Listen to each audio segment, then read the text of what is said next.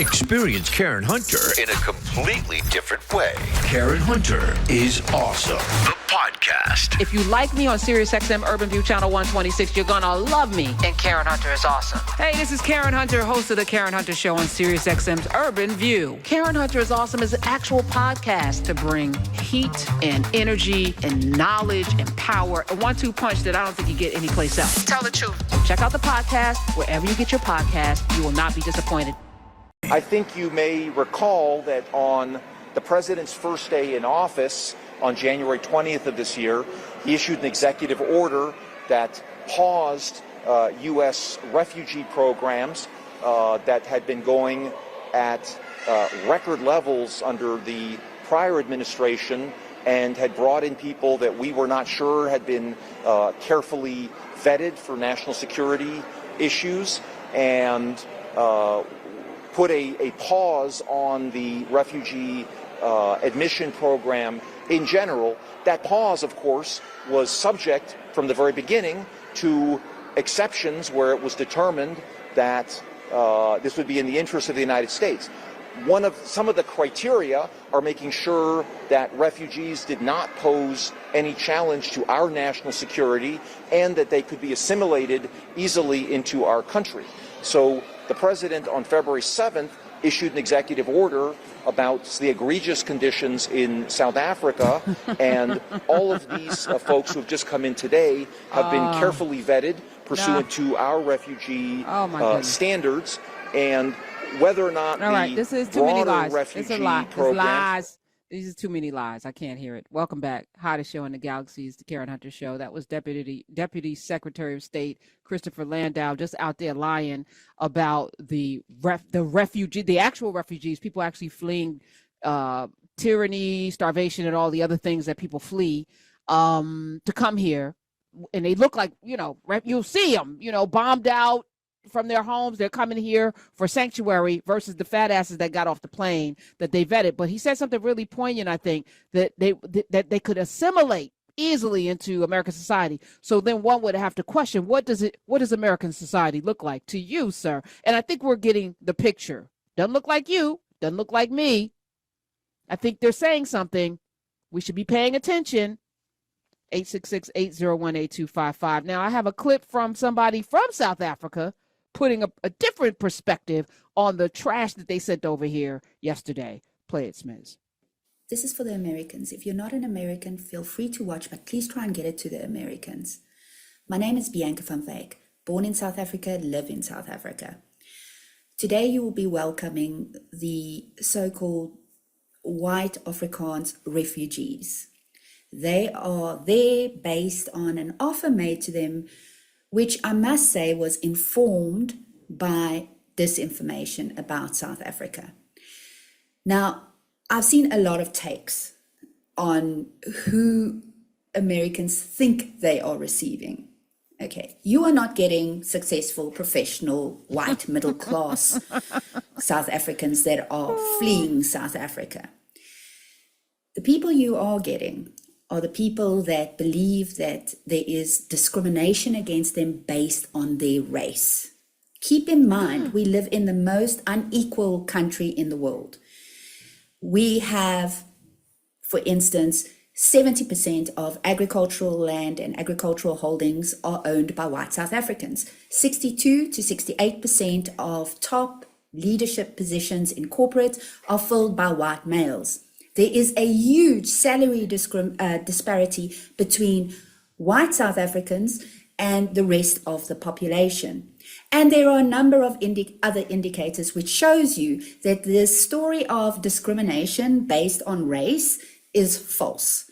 Another thing that I wanted to say is that you will get certain so-called refugees that have experienced crime. However, in South Africa, no one is exempt. These people that you are welcoming assume because they're white, they should not experience crime. The people most affected by crime in South Africa happen to be Black people that live in poverty. So as you open your doors and welcome people, and you're going to get a lot of information and disinformation from these people, Please do keep that in mind. Thanks. Oh, I also would like to say all the best and good luck to the Americans. Oh, thanks, Bianca. That's Bianca Says 3 on TikTok, giving us the skinny on the knuckle dragging, bloated bellied Neanderthals that they just sent over here. And she said, these are not successful professionals. These are not the cream of the crop. And I said, so history is continuing to rhyme because America, the United States of America, was founded similarly by the dregs of society in England. Now, of course, you had some of the stocking wearing, wig wearing elite, but the vast majority of people that were sent here from prison, as Australia as well, settled by the prison population, the worst, the worst. I did a little, armchair research before I came in. I thought it was hilarious. This is nothing new. Sending your worst to other lands. In the 17 and 1800s, England utilized its colonial territories, including the New World, North America, and Australia, as a form of penal transportation. They were deporting their horrible people. Oh, it's very familiar.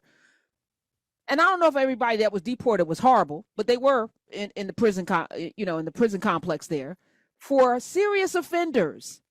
Instead of execution or extended prison sentences in England, and we've talked about this before on the Karen Hunter Show, many criminals were given a choice. You stay here for life or get executed, or you can go to this unknown place. And most people said, I'm going to take the unknown place. The practice was known as transportation. That it sounds like it is. And it was particularly popular in the early years of the British colonization. After the American Revolution, Britain could no longer send its penal colonies or penal people in the penal system to the United States. So they started flooding Australia. Between 1788 and 1868, more than 162,000 convicts were transported to Australia, mostly from Britain and Ireland. This practice is known as the penal transportation, and it was used to deal with the growing criminal population in Britain after the American Revolution ended. Now, what they don't tell you is that people usually commit the crimes, and I'm going to tell you what the crimes are, when you deprive them of resources and food and housing. They're going to take yours. Okay, that's usually the case. Ask the French. So here are the crimes that people got transported over here and over there from England and Ireland. The crimes included grand larceny, that's theft above the value of a shilling. Petty larceny, theft under 1 shilling. Receiving stolen goods. So the people that received the stolen goods, jewels, etc., they were also, that was a crime. Stealing lead, iron, or copper, or buying and receiving lead, iron, or copper. And this one was interesting. Impersonating an Egyptian. I said, what? So I had to do a little bit more digging. I'm going to tell you what this was about, but we're going to go to the phones. But this is nothing new.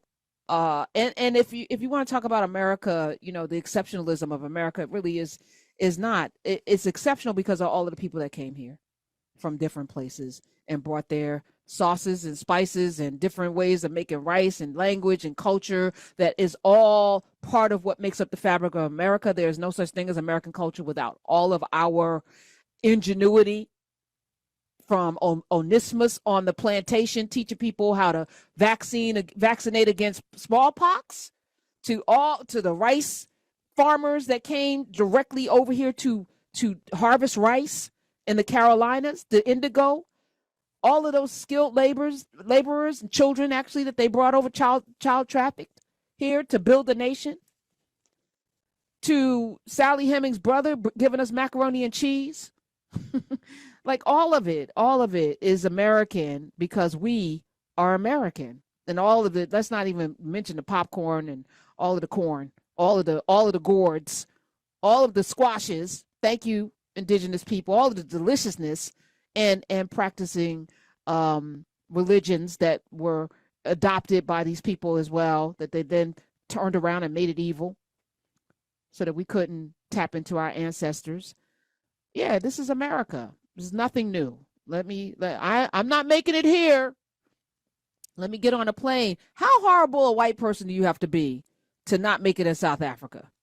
866-801. This is to the, if you're listening right now, y'all got it. If you're listening, you just got off the damn plane.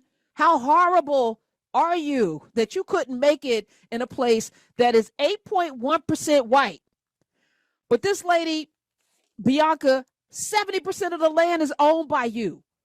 You only make up 8% of the population, but you own 70% of the land. You make up 62 to 68% of the workforce at the highest level. You're in charge of everything, and you can't make it. You got to come over here. How sad are you? Oh my God.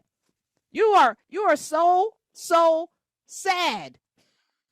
Let me go to the phones. 866-801-8255. That's just what we need. More mediocre, horrible ass, knuckle dragging, ignorant. It's their fault, white people. We just need more of those. Experience Karen Hunter in a completely different way. Karen Hunter is awesome. The podcast. If you like me on SiriusXM Urban View Channel 126, you're going to love me. And Karen Hunter is awesome. Hey, this is Karen Hunter, host of the Karen Hunter Show on SiriusXM's Urban View. Karen Hunter is awesome is an actual podcast to bring heat and energy and knowledge and power. A 1-2 punch that I don't think you get anyplace else. Tell the truth. Check out the podcast wherever you get your podcast. You will not be disappointed.